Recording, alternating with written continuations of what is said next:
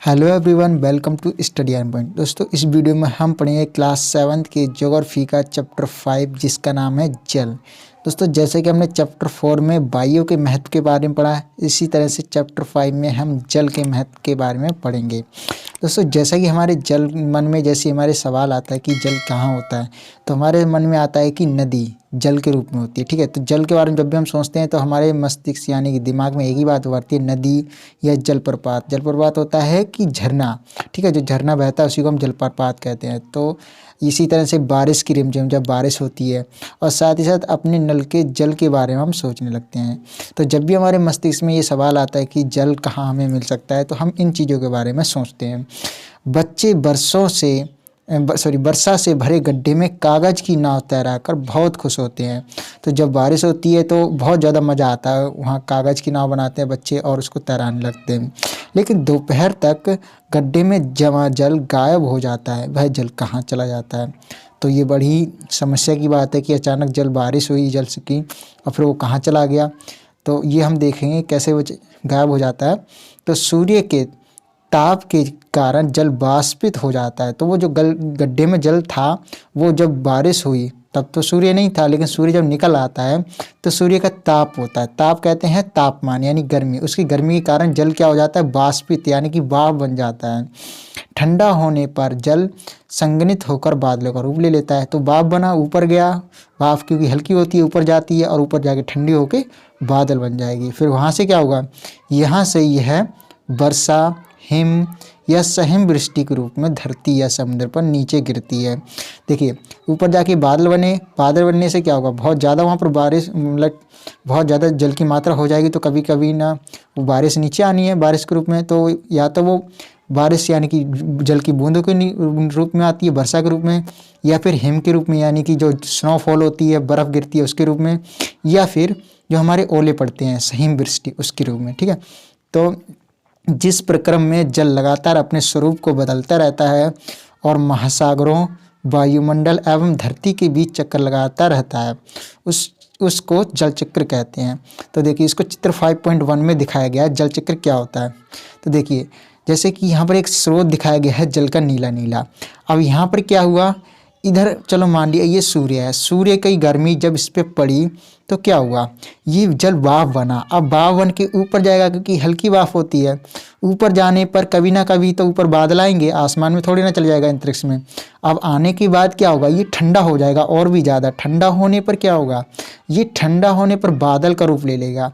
अब जब ये बादल बन गए तो बादल कब तक बने रहेंगे? कभी ना कभी तो नीचे आने हैं। ये बादल आखिरकार हैं तो पानी, तो ये पानी बहुत ज़्यादा हो जाता है ऊपर और फिर नीचे ये आने लगता है। संघनित होने के बाद जब ये बादल बनते हैं, फिर ये जब नीचे आते हैं तो वर्षा के रूप में आते हैं, चाहे वो ओले हों, चाहे वो बर्फ़ हो या फिर जल की बूंदें हों। जब ये नीचे आ जाएंगे तो दोबारा क्या करेंगे? ये पहाड़ों पर कहीं ना कहीं बारिश होगी। अब बारिश होने के बाद ये जमा होकर दोबारा उसी जल में चले जाएंगे। ठीक है, उसी जल में दोबारा चले जाएंगे। अब ये जल क्या होगा? ठीक है, जब ये दोबारा उसी स्रोत में चले जाएंगे, यानी उस स्रोत में नहीं तो किसी दूसरे स्रोत में जब ये जल के रूप में चले जाएंगे, जमा हो जाएंगे, फिर से इन पे क्या होगा? फिर से इन पे सूर्य का ताप पड़ेगा, फिर से इनका बाष्पीकरण होगा और फिर से ये बादल बनेंगे और फिर से बारिश हो जाएगी। ठीक है, तो ये हो सकता है बाष्पीकरण यहाँ हो रहा हो, बादल यहीं बन रहे हो, लेकिन ये बादल हवा से दूसरी जगह बहते हुए चले जा सकते हैं और कहीं और जाके बारिश कर सकते हैं। लेकिन वही पानी दोबारा वहीं से बाष्पित होगा और दोबारा हो सकता है बादल बन के इधर आके बारिश कर दे। तो ये बादल का ये जो पानी होता है इसका बादल बनना, फिर बादल बन के दोबारा ज़मीन पर आना, ये चक्र चलता ही रहता है। इसी को हम क्या कहते हैं? जल चक्र कहते हैं। तो यहाँ पर देखो क्या बताया गया कि हमारी पृथ्वी थलशाला के समान है। थलशाला क्या होता है? देखिए, यहाँ पर थलशाला दिखाई गई है। जो जल शताब्दियों पूर्व उपस्थित था वही आज भी मौजूद है। मतलब कि जल को नष्ट नहीं किया जा सकता है, ये रहेगा पृथ्वी पर ही। जिस जल का प्रयोग आज हम हरियाणा के खेत में सिंचाई के लिए कर रहे हैं, हो सकता है कि वह सैकड़ों वर्ष पहले अमेजोन नदी में बहता हो। देखिए, अमेजोन नदी कहाँ? अमेरिका में है। ठीक है, जब दक्षिण अमेरिका में है अमेजोन नदी, और हम कहाँ हैं? हरियाणा कहाँ है? हमारे देश में यानी भारत में। तो इतनी दूर ये कैसे आ जाएगा? ये जब आ जाएगा कि हो सकता है अमेजोन नदी बह रही थी, बहते बहते बहते बहते क्या हुआ? उस पर क्या हो रहा था? जो सूर्य था उसकी किरणें पड़ रही थी।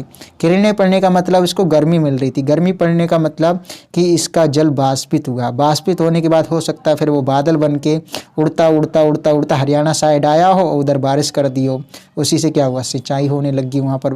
ठीक है, तो हो सकता है ये जल कुछ दिनों पहले अमेज़न नदी में बह रहा हो, लेकिन आज हम उससे हरियाणा में खेत की सिंचाई कर रहे हैं। ऐसा इसीलिए हो रहा है क्योंकि हमारी जो पृथ्वी है वो थलशाला के समान है। ठीक है, इसका मतलब ये हो गया कि जल जो होता है वो इसी के अंदर, पृथ्वी के अंदर रहता है, वो कहीं जाता नहीं है, ना नष्ट हो सकता है ना बनाया जा सकता है। जल अपना रूप परिवर्तित करता है सिर्फ। एलवण जल के मुख्य स्रोत नदी, ताल, सोते एवं हिमनदें। एलवण क्या होता है कि जिसमें लवणता नहीं होती, यानी कि जिसमें नमक नहीं होता है, यानी कि मीठा पानी। ठीक है, वो लवण जल होता है। तो महासागरों एवं समुद्रों का जल लवणीय होता है। ठीक है, तो हमारे जिसके अंदर नमक होता है वो कौन सा होता है, समुद्रों का और महासागरों का जल होता है, जो कि लवणीय जल होता है, जिसे हम पी नहीं सकते। इसमें क्या होता है, नमक होता है, जिसे हम कहते हैं सोडियम क्लोराइड, ये पाया जाता है, जिस वजह से हम इसको पी नहीं सकते हैं। ठीक है, देखिए इस चित्र में आपको विश्व की कुछ प्रमुख समुद्र, नदियाँ और झीलें दिखाई गई हैं। जैसे नदियों की बात करें तो हमारे उत्तरी अमेरिका में सबसे मशहूर जो नदी है वो है मिसिसिपी नदी, जो कि यहाँ पर देखिए आप देख सकते हैं। दूसरी है दक्षिण अमेरिका में अमेज़न नदी, जो कि विश्व की सबसे बड़ी नदी है, यानी कि इसका पानी जो है दक्षिण अमेरिका में बहुत दूर दूर तक फैला हुआ है।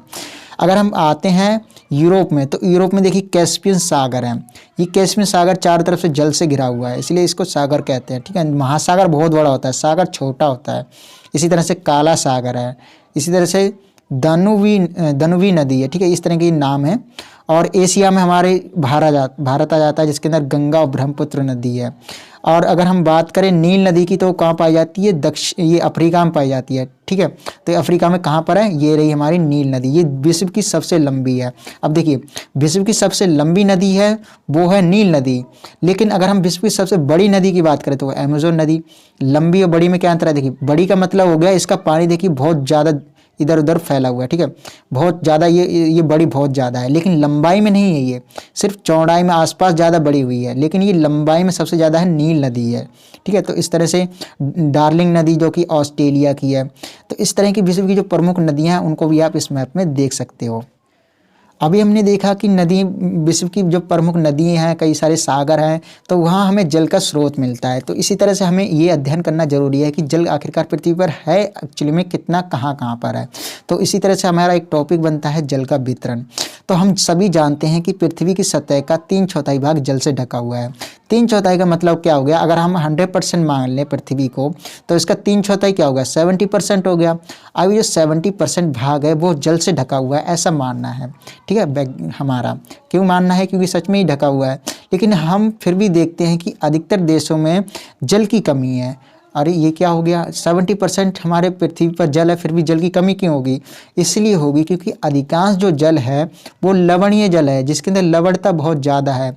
अब ये लवणता क्या होती है, लवणता हमने देखा, अभी क्या देखा था कि जिसके अंदर नमक होता है, नमक होने की वजह से हम उसको पी नहीं सकते, अपने पीने के उपयोग में उसको ला नहीं सकते। ठीक है, अगर हम महासागरों की औसत लवणता एक एवरेज मान के चलें तो वो क्या होती है, 35 ग्राम प्रति 1000 ग्राम। ठीक है, 35 भाग प्रति 1000 ग्राम। ये कैसे नापा जाता है, देखिए अगर हम लवणता निकालते हैं तो कैसे निकालते हैं, हम 1000 ग्राम जल लेते हैं, 1000 ग्राम का मतलब 1 लीटर मान लीजिए।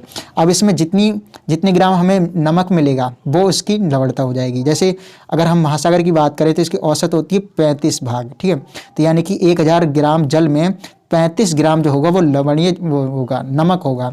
तब जब ये 35 ग्राम नमक है और 1000 ग्राम सिर्फ जल है, यानी कि 1 लीटर जल में अगर 35 ग्राम नमक होगा तो वो औसत लवणता आ जाएगी किसकी, महासागरों की। तो ये कारण है कि ये जो महासागर का पानी होता है वो बिल्कुल भी पीने लायक नहीं होता है।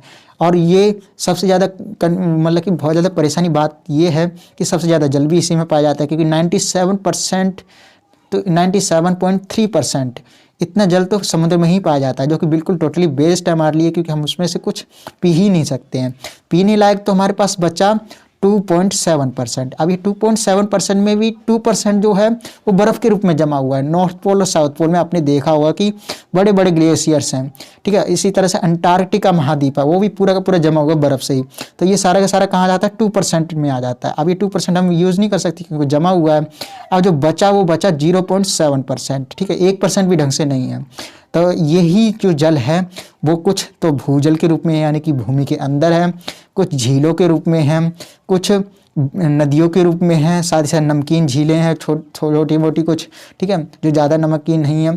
तो यही जो 0.7% है इसी को हम यूज़ करते हैं, वो भी यूज़ करने लायक नहीं बचा, क्योंकि हमने नदियों में क्या करा है, कूड़ा कचरा फेंक कर, अपशिष्ट बहा कर उसको गंदा कर रहे हैं। अब वो गंदा जो थोड़ा बहुत पानी बचा भी अच्छा खासा, वो भी हम गंदा कर देंगे, फिर पीने लायक बचेगा नहीं। इस वजह से क्या होगा, अधिकतर देशों में जल की जो कमी है उसका सामना करना उनको पड़ेगा। तो यही कारण है, ठीक है। तो अगर हम देखें, देखिए इजराइल का बहुत अच्छा दिखाया गया है एक उदाहरण। यहाँ पर बताया गया है कि इजराइल के एक मृत सागर है, इजराइल के आसपास देखा होगा आपने, अगर आप मैप में देखोगे तो इजराइल यहाँ पर है। और यहाँ पर क्या हो रहा है कि एक मृत सागर है और इसकी लवणता बताई गई है 340 ग्राम प्रति हज़ार ग्राम पे, ठीक है। यानी कि 1000 ग्राम जल में, यानी कि 1 लीटर जल में 340 ग्राम जो होगा वो नमक होगा। यानी कि यहाँ पर हमने देखा कि सिर्फ अभी ऊपर क्या बताया गया था कि 35 भाग होता है महासागर की लवणता, लेकिन यहाँ पर महासागर की लवणता यानी कि जो ये मृत सागर है इसकी लवणता तो 35 की जगह 340 है, बहुत ज़्यादा है। तो इस वजह से क्या होता है, यहाँ पर जो तैराक होते हैं, यानी कोई भी जाता है तैरने तो अपने आप प्लब करने लगता है, यानी कि तैरने लगता है। वो बिना कोई भी अगर नौसिखा भी होगा वो भी तैरने लगेगा, उसके अंदर डूबेगा ही नहीं। क्यों? क्योंकि उसके अंदर नमक की अधिकता के कारण उसका सघनता बढ़ जाती है, यानी कि जो नमक है बहुत ज़्यादा घना हो गया, डेंसिटी बहुत ज़्यादा बढ़ गई है, इस वजह से कोई उसमें डूबता ही नहीं है, ठीक है। तो ये कहाँ है, ये इजराइल के आसपास है, ठीक है। तो ये क्या नाम है उसका, मृत सागर, इसे डेड सी भी इंग्लिश में कहते हैं। और ये दुनिया की सबसे बड़ी खारे पानी की झील है, ठीक है। तो ये तो था हमारा जल का वितरण। अब इसको हम एक क्रियाकलाप द्वारा भी समझ सकते हैं। देखिए क्रियाकलाप में आपको क्या देखने के लिए मिलेगा कि इसके अंदर हम 2 लीटर जल लेते हैं, ठीक है। 2 लीटर जल को हम मान लेते हैं पृथ्वी पर पूरा का पूरा जल जितना भी मौजूद है वो 2 लीटर ही है। उसमें से हम दूसरे बर्तन में 12 चम्मच जल निकाल लेते हैं। अब जो जल निकालने के बाद बच गया 2 लीटर में से, वो ही हम उसको मान लेते हैं कि वो संपूर्ण जल है और वो खारा है, ठीक है। और जो निकाल लिया 12 चम्मच वो मीठा जल है, यानी कि हम उसको पी सकते हैं। और उस 12 चम्मच में से 9 चम्मच हम देखते हैं कि बर्फ़ के रूप में है, बर्फ़ जमी हुई है 9 चम्मच। अब बचा कितना, 3 चम्मच बचा, 3 में से 2 चम्मच ज़मीन के अंदर है जो कि निकालना मुश्किल है, ठीक है। उसको निकालने के लिए हमें औजार चाहिए, अनेक तरह की मशीनें चाहिए, ठीक है। अब बचा कितना, 9, 10, 11, अब 1 चम्मच बचा। 1 चम्मच में से कुछ तो है नदियों के रूप में और कुछ है झीलों के रूप में। तो इस तरह से आप देख सकते हो कि जो पीने लायक जो था वो नदियाँ ही थीं और साथ ही साथ झीलों का पानी था जो कि बहुत ही कम मात्रा में पाया जाता है। इसी वजह से हम देखते हैं कि हमारे पृथ्वी पर जो जल है वो बहुत ही ज़्यादा कम मात्रा में पीने लायक है। हालांकि है तो 70% करीब पृथ्वी का भाग का, लेकिन फिर भी हम पी बहुत कम सकते हैं। जो जल हमारे पीने लायक है वो बहुत ही ज़्यादा कम है। तो जीवन के लिए जल अत्यधिक आवश्यक है। प्यासे होने पर केवल जल ही हमारी प्यास बुझा सकता है। ऐसे में आपको क्या ऐसा नहीं लगता कि लापरवाही से जल का उपयोग करने से हम बहुमूल्य संसाधन को बर्बाद कर रहे हैं? तो इसी तरह से हमें लापरवाही नहीं करनी चाहिए और जल का सावधानीपूर्वक उपयोग करना चाहिए। देखिए इसी लापरवाही की वजह से हम देखने के मिलते हैं, आए दिन खबरों में छपा रहता है कि यहाँ पर नदी गंदी हो रही है। तो देखिए यहाँ पर दिखा कि द वाटर यू ड्रिंक, ठीक है। यहाँ पर दिखाया गया है कि वह वाटर जो आप पीते हो। तो देखिए यहाँ पर कितनी गंदगी दिखाई गई है, ठीक है, इस पीने वाले जल में। इसी तरह से यहाँ पर खबर छपी है कि many major rivers in danger of drying out, ठीक है। यानी कि बताया गया है कि मैनी मतलब बहुत सारी मेजर प्रमुख नदियां हैं डेंजर में है क्योंकि वो ड्राई हो रही हैं। ड्राइंग आउट मतलब सूख रही हैं। ऐसा क्यों हो रहा है? क्योंकि बारिश नहीं हो रही है, ठीक है। अब यहाँ पर क्या लिखा है, Ganga among 10 dying rivers. Ganga 10 dying rivers में से एक है। डाइंग मतलब होता है कि जो मतलब कि मर रही हो, ठीक है। ये डाई हो रही है, क्यों हो रही है? क्योंकि ये बहुत ज़्यादा गंदी होती जा रही है। उन 10 नदियों में से देखिए यहाँ पर 10 नदियों की जो वो है क्या लिस्ट है वो भी दिखाई गई है कि उनमें से एक है ये गंगा। देखिए गंगा का कहाँ पर है, यहाँ पर गंगा, ये यहाँ पर दिखाया गया गंगा। तो यहाँ पर देखिए एशिया में पाई जाती है, उनमें से ये एक गंगा भी है जो बहुत ज़्यादा गंदी होती जा रही है। ऐसा क्यों हो रहा है? क्योंकि हम गंगा में अपशिष्ट को बहा रहे हैं जिससे वो गंदी हो रही है, ठीक है। तो यही कारण है कि लापरवाही से यूज़ करोगे जल का तो यही परिणाम होगा। इसलिए हमें जल का समझदारी से और जितना है उतना ही यूज़ करना है। अब हम देखते हैं महासागरीय परिसंचरण। अब देखिए महासागरीय परिसंचरण का मतलब होता है वाटर, महासागर का जो वाटर होता है वो कैसे सर्कुलेट होता है, किस तरह से चलता है, ठीक है। तो समुद्री तट पर नंगे पैर चलने पर कुछ जादुई सी अनुभूति होती है। तो आपने रेत पे चलते हुए देखा होगा कितना मजा आता है। पुलिन पर नम वायु, पुलिन क्या होता है, समुद्री तट होता है, ठीक है। तो वहाँ पर जो नम वायु बालू होती है, बालू का मतलब रेत होती है जिसमें नमी होती है, यानी ठंडी ठंडी बालू जो होती है, वो ठंडी पवन और समुद्री पक्षी वायु में लवड़ीय गंध, लवड़ीय गंध का मतलब होता है ठंडी ठंडी, मतलब आपको जो गंध मिलेगी ना उसकी, नमक की, वो बता रहे हैं। एवं लहरों के संगीत, सब कुछ सम्मोहित करने वाला होता है। तो आपको ये ऐसा प्रतीत करा रहे हैं जैसे आप समुद्र पे हो। तो ताल एवं झील के शांत जल के विपरीत महासागरीय जल हमेशा गतिमान रहता है। तो ये आपको नोटेट करने वाली बात है कि आपने देखा होगा जब भी आप समुद्र पर जाओगे तो हमेशा वहाँ पर छोटी छोटी लहरें आती रहती हैं, छोटी छोटी लहरें आती रहती हैं। लेकिन ताल पे जाओगे कभी भी तो वहाँ पर आपको कोई लहर नहीं दिखेगी, आपको बिल्कुल शांत लगेगा। तो यह क्यों होता है, आप देखोगे कि यह कभी शांत नहीं रहता। जो हमारा समुद्र होता है कभी भी शांत नहीं रहता। महासागरों की गतियों को इस प्रकार वर्गीकृत किया जा सकता है। तो अब ये शांत क्यों नहीं रहता, हम इसी को इस पॉइंट में समझने वाले हैं। तो इसकी कुछ गति होती हैं जिस वजह से कभी शांत ही नहीं होता है। जैसे पहली गति होती है तरंगों की वजह से, दूसरा ज्वार भाटा एवं धाराएं। ये तीन चीज़ों के बारे में हम पढ़ेंगे। यहाँ पर देखो बॉक्स में ये भी देख लेते हैं कि जो हमारा विश्व जल दिवस है वो 22 मार्च को मनाया जाता है, ठीक है। क्योंकि इसके अंदर हम जब भी मनाते हैं तो लोगों को जागरूक करते हैं और जल संरक्षण की कुछ विधियाँ हैं उनसे भी उनको क्या कराते हैं, मतलब इंट्रोड्यूस कराते हैं कि आपको इस तरह से जल को संरक्षित करना चाहिए। तो जो महासागर को जल बहता है उसमें एक तरंग का भी बहुत ज़्यादा रोल होता है जिस वजह से वो गतिमान रहता है। तो तरंगे होती क्या है, तो समुद्र तट पर गेंद खेलते समय जब गेंद जल में गिर जाती है तो क्या होता है, यह दृश्य बहुत ही मनोरंजक होता है कि कैसे तरंगों के साथ गेंद तट पर वापस लौट आती है। तो ऐसा कैसे होता है, देखिए यहाँ पर तरंग दिखाई गई है। ये तरंग कैसी होती है, इस तरह से चल रही होती है, इस तरह से ये चल रही होती है। जब गेंद यहाँ पर गिरती है ना, तो ये जब किनारे यहाँ पर तट है, अभी तट की तरफ तो पहले से चल रही होती है, तो गेंद भी इसी साथ बहती चली जाती है और तट पर आकर उसको फेंक देती है और आप उसको खट से उठा लेते हो। जब महासागरीय सतह पर जल लगातार उठता और गिरता है तो इन्हें तरंगे कहते हैं, ठीक है। तो आपने देखा होगा कि जल लगातार नीचे ऊपर नीचे ऊपर नीचे ऊपर इस तरह से होता ही रहता है, जिस वजह से हम इसको क्या कहते हैं, तरंग कहते हैं।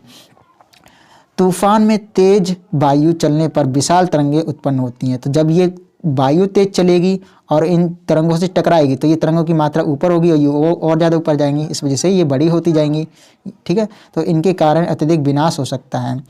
भूकंप, देखिए यहाँ पर वायु तेज चलने पर ही तो होता है, मतलब तरंगे तेज होती हैं, और भी कई सारे कारण, जैसे भूकंप, ज्वालामुखी उद्गार, उद्गार का मतलब होता है ज्वालामुखी फटना, यह जल के नीचे भूस्खलन के कारण महासागरीय जल अत्यधिक विस्थापित होता है। विस्थापन का मतलब है कि जल यहाँ पर था और अचानक यहाँ पर भूकंप आ गया तो ये जल या तो इधर जाएगा या इधर जाएगा या इधर जाएगा या इधर जाएगा, ठीक है। तो विस्थापन से मतलब हलचल मच जाती है। इसके परिणाम स्वरूप 15 मीटर तक की ऊंचाई वाली विशाल ज्वारीय तरंगें उठ सकती हैं, जिसे सुनामी कहते हैं, ठीक है। तो जब सुनामी आती है बहुत ज़्यादा तबाही लाती है। तो अब तक का सबसे विशाल सुनामी 150 मीटर नापा गया है। तो यानी कि जो सबसे ऊंची सुनामी अब तक नापी गई है वो 150 मीटर ऊंची थी। ये तरंगे 700 किलोमीटर प्रति घंटे से अधिक गति से चल सकती हैं। जैसे यहाँ पर 2004 की आई सुनामी के बारे में बताया गया है कि भारत के तटीय क्षेत्र में अत्यधिक विनाश हुआ था इसकी वजह से। और सुनामी के बाद अंडमान और निकोबार द्वीप समूह में इंदिरा पॉइंट डूब गया था। तो ये पॉइंट आपको याद रखना है, ये आपके आगे की क्लासेस में भी याद रखने वाली बात है कि जब ये 2004 की सुनामी आई थी तो वहाँ पर जो अंडमान निकोबार द्वीप समूह है वहाँ पर एक इंदिरा पॉइंट था। उस इंदिरा पॉइंट इस सुनामी में डूब गया, जो अब बचा नहीं है। वो भी हमारे जो कहाँ पर था, ये हमारे दक्षिण भारत में जो अंडमान निकोबार द्वीप समूह वहाँ पर था। और ये क्या नाम था इसका, इंदिरा पॉइंट। और ये कब डूबा, 2004 की सुनामी में, ठीक है। तो यहाँ पर देखिए केस स्टडी भी दिखाया गया है कि ये आई थी और क्या क्या इससे विनाश हुआ। सुनामी पृथ्वी का तांडव, देखिए यहाँ पर पृथ्वी का तांडव इसलिए कहा गया क्योंकि यहाँ पर इस तांडव के कारण ही बहुत ज़्यादा जान की और माल की हानि हुई। ये कब हुआ था, ये हुआ था 26 दिसंबर 2004 को। ये कहाँ हुआ था, हिंद महासागर में। ये किस तरह से हुआ, सुनामी जो तरंगे होती हैं या फिर पोताश्रय तरंगे होती हैं उनके कारण अत्यधिक विनाश हुआ, ठीक है। ये किसका परिणाम था, यानी किस वजह से हुआ, भूकंप के कारण। यानी ये सुनामी अपने आप नहीं आई थी, ये भूकंप थी। मैंने हमने देखा था ना कि सुनामी जो होती है कई कारण से आ सकती है, तो उसमें एक कारण भूकंप भी था, या फिर ज्वालामुखी उद्गार के कारण आ सकती है, फिर तेज वायु जब बहती है तब आ सकती है, बमंडर की वजह से, ठीक है। तो यहाँ पर जो कारण था वो था भूकंप। ये कहाँ आया था?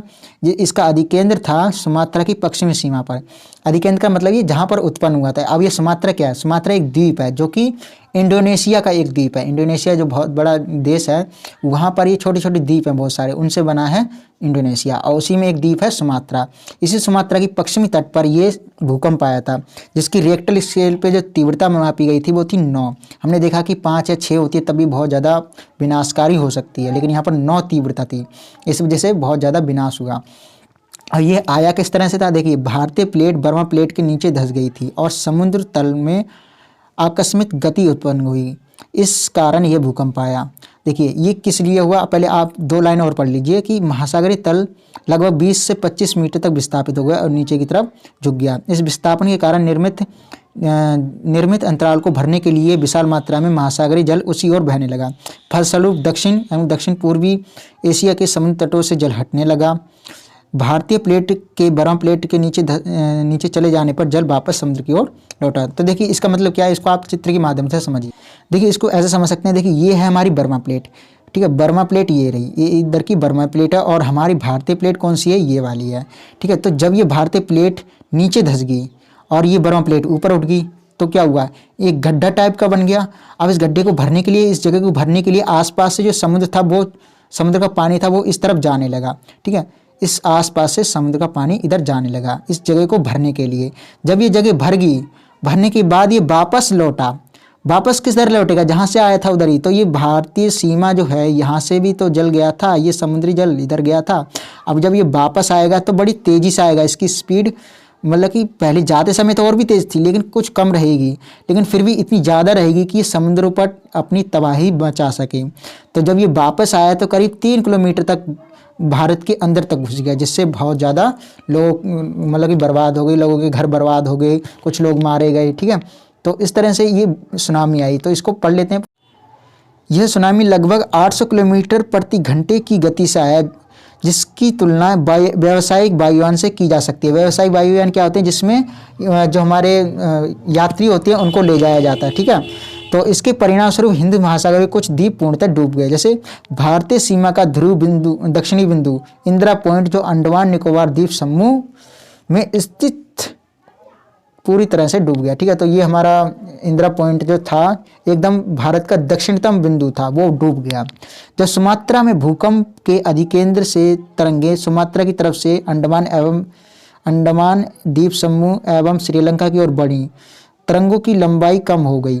जब जल की गहराई भी कम होने के साथ साथ इनकी गति भी 700 से 800 किलोमीटर प्रति घंटा से 770 रहेगी, ठीक है।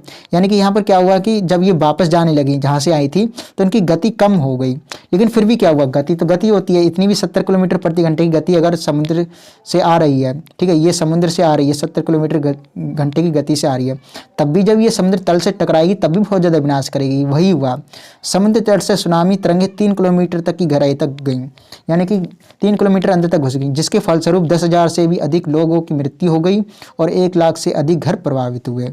तो इतनी ज़्यादा इससे तबाही हुई। सबसे ज़्यादा जो प्रभावित क्षेत्र थे वो कौन कौन से थे? भारत में आंध्र प्रदेश के तटीय प्रदेश, तमिलनाडु, केरल, पुदुचेरी, अंडमान निकोबार द्वीप समूह सबसे अधिक प्रभावित हुए। तो ये आप देखोगे कि जैसे हमारे ये भारत है तो यहाँ पर सबसे नीचे हमारा केरल, यहाँ पर है तमिलनाडु और इसके इस साइड है केरल, ठीक है। एक साइड है तमिलनाडु, एक साइड है केरल, उसके ऊपर है आंध्र प्रदेश, ठीक है। इस तरह से ये जो थे, ये सारे के सारे जो राज्य थे ये सभी प्रभावित हुए। यहाँ पर काफ़ी सारे लोगों की मृत्यु भी हो गई।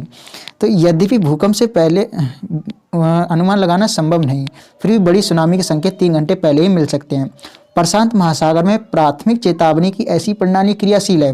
प्रशांत महासागर आपने देखा होगा कि वहाँ पर हमेशा भूकंप आते रहते हैं, इस वजह से वहाँ पर ऐसी कुछ प्रणाली लगा दी जिससे कि हम पता कर सकें कि भूकंप आने वाला है, लेकिन या फिर भूकंप या फिर सुनामी आने वाली है।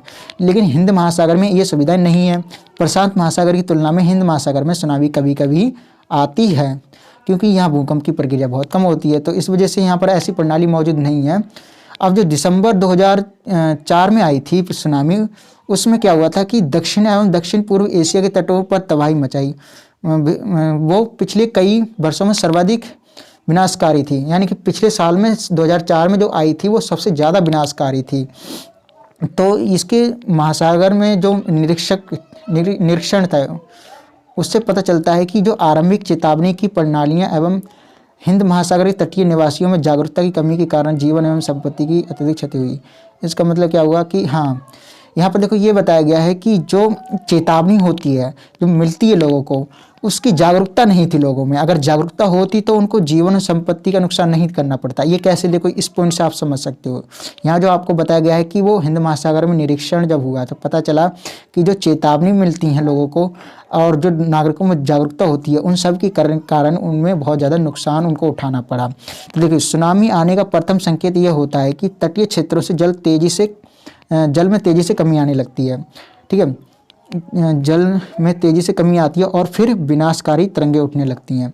तो देखिए यहाँ पर क्या हुआ कि जल में तेज़ी से कमी आई।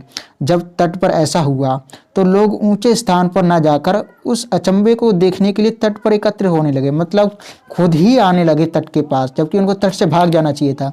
इसके फलस्वरूप जब सुनामी की विशाल तरंगें आई तो बड़ी संख्या में उत्सुक खड़े दर्शकों की मृत्यु हो गई। तो इसी तरह से उनमें जागरूकता नहीं थी, यही कारण था कि बहुत ज़्यादा लोग मारे गए। अब देखते हैं हम ज्वार भाटा। देखिए, महासागरीय परिसंचरण में जो ज्वार भाटा है वो भी एक अत्यंत महत्वपूर्ण रोल रखता है। तो ये होता क्या है, दिन में 2 बार नियम से महासागरीय जल का उठना एवं गिरना ज्वार भाटा कहलाता है। तो देखिए यहाँ पर आपको लग रहा होगा कि ये ज्वार भाटा इस तरह से होता है कि ये जल उठा, ये गिरा, ये उठा, ये गिरा, ये 2 बार हो गया, ज्वार भाटा आ गया। नहीं, ऐसा कुछ नहीं है।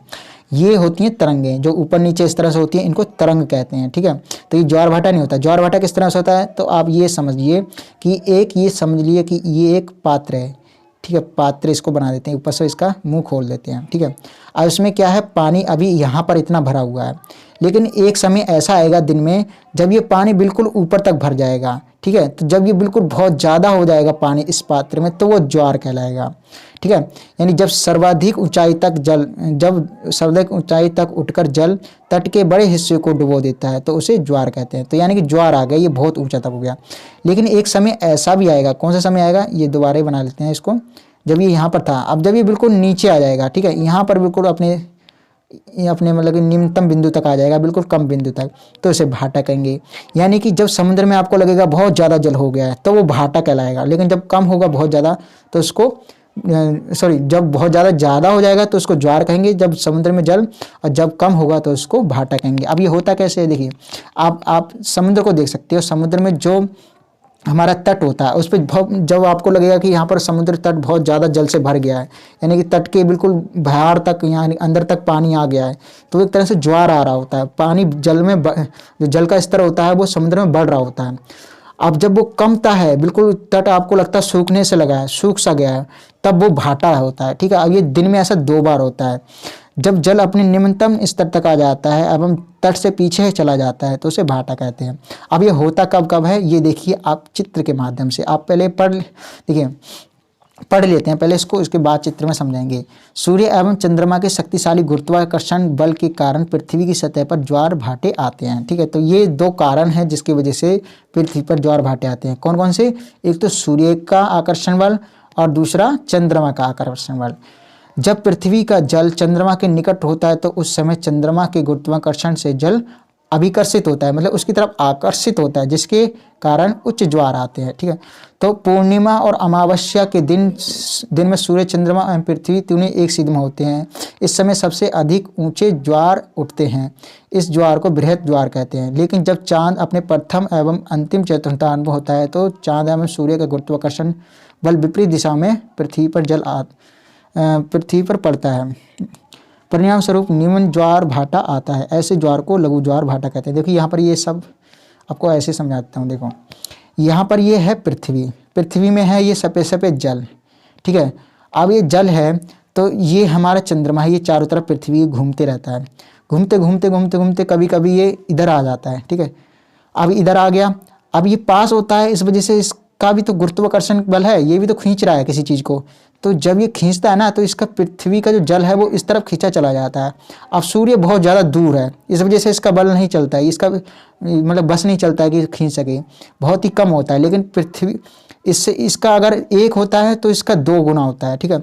चंद्रमा का बल जो होता है पृथ्वी जो सूर्य है उससे दुगना होता है, इस वजह से चंद्रमा की चलती है ज़्यादा, सूर्य की नहीं चलती है।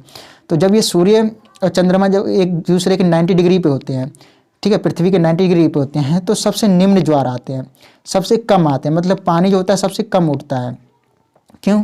क्योंकि आधा तो इधर बल जा रहा है, आधा इधर बल जा रहा है, तो जो पानी है वो ज़्यादा उठेगा ही नहीं, वो स्थिर रहेगा ज़्यादातर।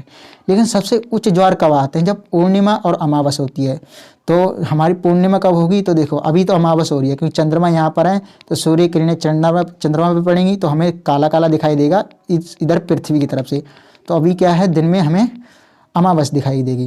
तो अमावस को क्या होता है कि तीनों ही जो हमारे सूर्य, चंद्रमा और सूर्य पृथ्वी होती है, तीनों एक सीध में होते हैं। इससे क्या होगा कि ये भी पृथ्वी के जल को खींच रहा है अपनी तरफ, सूर्य भी खींच रहा है, जिससे तीनों ही मिलकर खींच रहे हैं, जिससे जल बहुत ज़्यादा खिंच जाता है और सारा जल इधर इस तरफ बहने लगता है। ठीक है, आपको इस तरह से करके दिखाता हूँ।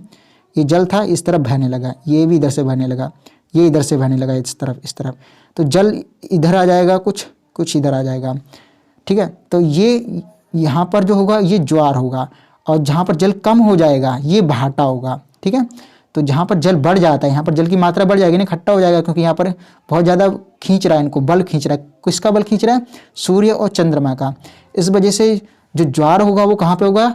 इस ज़्यादा जल वाली जगह पे, और जहाँ पे भाटा होगा वहाँ पर कम जल वाली जगह पे। ठीक है, यही स्थिति रहती है पूर्णिमा के दिन, जब चंद्रमा हमें पूरा दिखाई देता है, क्योंकि सूर्य किरणें चंद्रमा पर पड़ रही होती है और हम यहाँ से रात में चंद्रमा आसानी से देख लेते हैं। तो यहाँ पर क्या हो रहा है कि इधर चंद्रमा खींच रहा है इसको, ये भी इधर खींच रहा है, तो जल यहाँ से इधर आ गया, कुछ यहाँ से भी इधर आ गया। तो यहाँ पर जो ज्वार होगा वो कहाँ पर होगा? इधर ज़्यादा जल वाली जगह पे, और भाटा होगा वो इधर होगा। ठीक है, तो आप ज्वार भाटा समझ गए किस तरह से होता है। अब इसका महत्व समझ लेते हैं। महत्व क्या है? देखिए, उच्च ज्वार नौ संचालन में सहायक होता है। कैसे होता है? देखिए, उच्च ज्वार का मतलब है तट पर बहुत ज़्यादा पानी आ जाना है। पानी आने का मतलब हो गया नाव आसानी से समुद्र में जा सकती है। ये जल स्तर को तट की ऊंचाई तक पहुंचाते हैं। ये जहाज को बंदर तक पहुंचने में सहायक होते हैं। तो बड़े बड़े जहाज होते हैं, कई बार उनमें पानी जब कम रह जाता है तटों में, तो वो अपने बंदर तक पहुंच नहीं पाते हैं, बीच में ही रुक जाते हैं। ठीक है, तो जब ज़्यादा जल होगा तो आसानी से वो तट तक पहुँच जाते हैं। साथ ही साथ उच्च ज्वार मछली पकड़ने में भी मदद करते हैं, क्योंकि मछली भी उनके साथ आ जाती हैं। ठीक है, अनेक मछलियाँ तट के निकट आ जाती हैं। इसके फलस्वरूप मछुआरे बिना कठिनाई के मछलियाँ पकड़ पाते हैं। और साथ ही साथ इससे क्या होता है कि जल मतलब इससे कहीं कहीं विद्युत उत्पन्न की जाती है। कैसे? अब पानी आ रहा है समुद्र की तरफ बहुत ज़्यादा, तो कभी कभी तो बारिश वापस तो जाना ही है इसको भी, तो बीच में क्या कर देंगे? टरबाइन लगा देंगे। अब ये जब वापस जा रहा होगा ना तो यहाँ पर टरबाइन घूमने लगेगा। टरबाइन घूमेगा तो हमारी बत्ती बनेगी, मतलब बिजली बनेगी। ठीक है, तो बिजली बनने का मतलब हो गया कि हम उसका यूज़ कर रहे हैं, यानी कि वहाँ पर हम ज्वारीय विद्युत उत्पन्न कर रहे हैं। ठीक है, तो ये उतार चढ़ाव, मतलब जब आएगा तब भी टरबाइन चलेगा, जब जाएगा तब भी टरबाइन चलेगा। तो बीच में हमारा टरबाइन है, जब जल आ रहा है तब भी और जा रहा है तब भी। तो इस तरह से हम विद्युत भी बना लेते हैं। तो ये सारे फायदे हैं किसके? ज्वार के, ज्वार भाटे के। ठीक है, तो दोनों का ही फायदा, ज्वार आता है तब भी टरबाइन चला सकते हैं, जाता है तब भी चला सकते हैं। तो ये सबसे ज़्यादा कब होता है? सबसे उच्च ज्वार कब होता है? पूर्णिमा और अमावस्या के दिन। और सबसे कम कब होता है? जब ये एक 90 डिग्री का कोण बनाते हैं, यानी कि जब चंद्रमा अपने प्रथम एवं अंतिम चतुर्थांश में होता है। देखिए, चतुर्थांश का मतलब हो गया इसके 4 भाग करो इस तरह से। ठीक है, तो ये फर्स्ट कहलाएगा ना, क्योंकि फर्स्ट, फिर सेकेंड होता है, फिर थर्ड होता है, ये फोर्थ हो जाए। ठीक है, ये फर्स्ट सेकंड नहीं, इस तरह से होगा। देखिए, ये होगा पहला, ये दूसरा, ये तीसरा और ये चौथा। ठीक है, तो ये यहाँ पर होता है 90 डिग्री पर, तब जाके सबसे कम ज्वार आता है, सबसे छोटा ज्वार आता है। अब हम देखते हैं अगला हमारा महासागरीय धाराएं।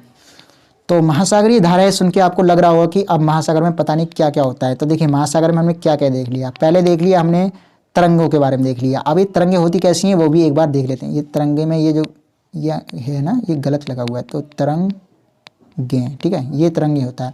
तो ये तरंगे चलती कैसे हैं? तरंगे महासागर में इस तरह से चलती हैं, ऊपर नीचे ऊपर नीचे। अब जो हमारा ज्वार भाटा आता है वो किस तरह से होता है? जब जल हमारे तट पे बहुत ज़्यादा होता है तब जाके ज्वार होता है, जब तट से हट जाता है पीछे तो वो भाटा कहलाता है। अब धाराएं कैसे चलती है? तो धाराएं सीधी चलती हैं, जैसे नदी बहती है ना, ये बिल्कुल स्ट्रेट चलती है, सीधी। ठीक है, स्ट्रेट का मतलब इतनी भी सीधी नहीं, ये आसपास इस तरह से मुड़ सकती है, लेकिन ये इस तरह से ये नहीं होती तरंगे, ये धाराएं नहीं होती। धाराएं कैसी होती हैं? धाराएं वो होती हैं जिनका जल सेम होता है, यानी या तो गर्म होगा या ठंडा होगा, इसलिए इनको दो टाइप में होती हैं। ये दो तरह की धाराएं होती हैं, एक तो होती हैं महासागरीय गर्म धाराएं, ठीक है, और एक होती हैं ठंडी। अब ठंडी और गर्म दोनों के बारे में बाद में बात करेंगे, फिलहाल देखते हैं इनकी विशेषताएं। गर्म धाराएं भूमध्य रेखा के निकट उत्पन्न होती हैं। भूमध्य रेखा कौन सी होती है? देखिए, ये है हमारी पृथ्वी, अब ये है बीच में एक रेखा जिसे हम कहते हैं भूमध्य रेखा, जो कि 0 डिग्री पर होती है, क्योंकि सूर्य जब भी अपनी किरण छोड़ता है, अपनी गर्मी छोड़ता है, तो सबसे ज़्यादा कहाँ पड़ती है? इस भूमध्य रेखा पर पड़ती है। जिस वजह से गर्मी पड़ेगी तो ये धाराएं जो गर्म होंगी, मतलब ये जो धाराएं होंगी जल की, वो गर्म ही होंगी, ठंडी तो होंगी नहीं। ठीक है, तो ठंडी कहाँ पर होंगी? ठंडी इधर होंगी, उत्तरी ध्रुव के पास और दक्षिणी ध्रुव के पास। तो इधर से ठंडी जल धाराएँ चलेंगी किस तरफ? भूमध्य रेखा की तरफ, और इधर भूमध्य रेखा से चलेंगी गर्म जल धाराएँ ठंडी धाराओं की तरफ, मतलब कि दक्षिणी ध्रुव की तरफ। ठीक है, इसी तरह से ये होगा, इधर ये चलेंगी, इधर ये चलेंगी, यानी कि गर्म से हमेशा जो पानी होता है वो किस तरफ चलता है? ठंडे की तरफ, और ठंडे से गर्म की तरफ। तो महासागरीय धाराएं गर्म या ठंडी हो सकती हैं, ये हमने देख लिया। और यहाँ पर क्या बताया गया है? गर्म महासागरीय धाराएं भूमध्य रेखा के निकट उत्पन्न होती हैं एवं ध्रुवों की ओर प्रवाहित होती हैं। ठंडी धाराएं ध्रुवों या उच्च अक्षांशों से उष्णकटिबंधीय या निम्न अक्षांशों की ओर प्रवाहित होती हैं। ठीक है, तो देखिए ठंडी धाराएं कहाँ होती हैं? ध्रुवों या फिर उच्च अक्षांशों से। उच्च अक्षांश का मतलब हो गया जो 90 डिग्री के पास होता है। ठीक है, जो हमारे ऊपर की तरफ होता है, ये उच्च अक्षांश होते हैं, ऊपर वाले। ठीक है, और उष्णकटिबंधीय निम्न अक्षांशों की ओर प्रवाहित होती हैं, यानी कि इस तरफ भूमध्य रेखा की तरफ प्रभावित होती हैं। तो अभी हमने देख लिया। लेब्राडोर महासागरीय धाराएं शीत जलधाराएं हैं, जबकि गल्फ स्ट्रीम गर्म जलधाराएं हैं। देखिए, अभी इनको भी हम देखेंगे कौन कौन सी हैं। महासागरीय धाराएं किसी क्षेत्र के तापमान को प्रभावित करती हैं। जैसे किस तरह से करती हैं? गर्म धाराओं से स्थलीय सतह का तापमान गर्म हो जाता है। जिस स्थान पर गर्म एवं शीत जलधाराएं मिलती हैं वह स्थान विश्व भर में सर्वोत्तम मत्स्य क्षेत्र माना जाता है। जैसे जापान के आसपास, साथ ही साथ उत्तरी अमेरिका के पूर्वी तट के कुछ उदाहरण हैं, मतलब इसके कुछ उदाहरण है। तो देखिए यहाँ पर आपको देख सकते हो कि जो लाल रंग से दिखाई गई हैं ये सारी सारी गर्म जलधाराएं हैं, जो कि कहाँ जा रही हैं? ठंडी क्षेत्र की तरफ जा रही है। जबकि लेब्राडोर ये ठंडी जलधारा ये कहाँ आ रही है? ये गर्म क्षेत्र की ओर आ रही है। ठीक है, तो गर्म वाली ठंड की तरफ जाएगी, ठंड वाली गर्म की तरफ आएगी। तो यहाँ पर आप देख सकते हैं सारी की सारी ठंडी जलधारा है और ये गर्म जलधारा है। तो देखिए ये गल्फ स्ट्रीम है, ये गल्फ स्ट्रीम कहाँ जा रही है? ये जा रही है हमारी ठंडी जलधारा की तरफ, और ये ठंडी जलधारा ये लेब्राडोर या रही गर्म जलधारा की तरफ। तो ये जो क्षेत्र बन जाता है यहाँ पर दोनों ही आपस में मिलेंगी, ये और ये यहाँ पर मिलेगी। तो यहाँ पर जो मछली पालन होता है ना, ठीक है, ये सर्वाधिक उत्तम माना जाता है इस क्षेत्र में, क्योंकि यहाँ पर एक तरह की घास उगती है जो मछलियाँ खाने आती हैं। इस वजह से यहाँ पर मछलियों की मात्रा बहुत ज़्यादा पाई जाती है। तो दोस्तों यहाँ पर बताया गया है कि जहाँ गर्म एवं ठंडी जलधाराएं मिलती हैं वहाँ कोहरे वाला मौसम होता है। कोहरे का मतलब वहाँ पर धुंध बहुत ज़्यादा होती है। इससे क्या होता है? फलस्वरूप नौ संचालन में बाधा उत्पन्न होती है। तो वहाँ पर कोहरा होने की वजह से आगे का दिखाई नहीं देता है, जिससे पता नहीं चलता किधर जाना है। ठीक है, तो ये कारण है कि इसका एक मतलब कि डिसएडवांटेज है कि यहाँ पर कोहरे के मौसम की वजह से जो नौ संचालन होता है उसमें बाधा उत्पन्न होती है। तो ये क्वेश्चन भी बन सकता है 1 मार्क्स में कि जहाँ पर गर्म एवं ठंडी जलधाराएं मिलती हैं वहाँ पर किस तरह का मौसम होता है? तो कोहरे वाला मौसम। अगर ये पूछता है तो इस वजह से क्या बाधा उत्पन्न होती है? तो नौ संचालन में बाधा उत्पन्न होती है। तो दोस्तों ये तो था हमारा चैप्टर 5 जल। तो दोस्तों अगले चैप्टर में इसके हम अभ्यास के क्वेश्चन करने वाले हैं। तो चलिए दोस्तों मिलते हैं नेक्स्ट वीडियो में, तब तक के लिए जय हिंद दोस्तों।